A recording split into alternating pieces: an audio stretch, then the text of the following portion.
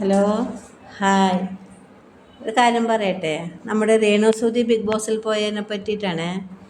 പിന്നെ രേണുസുതി ഇപ്പോൾ അവിടെ എല്ലാവർക്കും ഒരു ഇരട്ട പേര് ഇട്ടിട്ടുണ്ട്.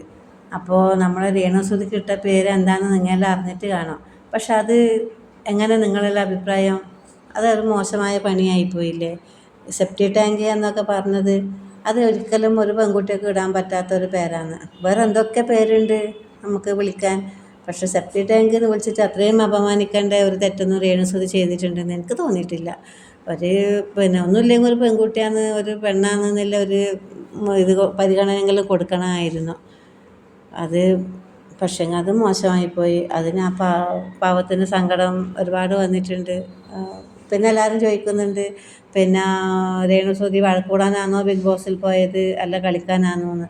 പക്ഷേ ഇതുപോലെ ഓരോരു ഇത് ഇപ്പോൾ കിട്ടുമ്പം പിന്നെ പ്രതികരിക്കേണ്ടടുത്ത് പ്രതികരിക്കണ്ടേ? അത് അതേ രേണുസുതിയും ചെയ്യുന്നില്ലോ എന്നതാണ് എൻ്റെ അഭിപ്രായം. അപ്പോൾ ഇതൊക്കെ കഴിഞ്ഞിട്ട് ഇപ്പോൾ രേണുസുതി ഇന്ന് പറയുന്നുണ്ട് ബിഗ് ബോസ് വിട്ടാൽ ഞാൻ പിന്നെ പുറത്തേക്ക് പോകുമെന്ന്.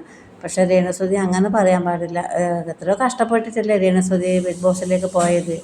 അപ്പോൾ ഇനി നിന്ന് കളിക്കുമോ, പോരാടോ, ജയിച്ചിട്ട് വരുമോ രേണുസുതി? നിൻ്റെ മക്കൾക്ക് വേണ്ടി നീ കഷ്ടപ്പെടുക, കുറച്ച് സഹിക്കുക. പുറത്തുനിന്ന് എന്തൊക്കെയോ നീ കേട്ടതല്ലേ, എന്തൊക്കെയോ ആരെല്ലാം നിന്നെ എന്തെല്ലാം അപമാനിച്ചിട്ടുണ്ട്. അതിലിതും ഒരു ഭാഗമാണെന്ന് കരുതിക്കൊള്ളുക. എന്നിട്ട് മുന്നേറുക രേണു, മുന്നേറുക.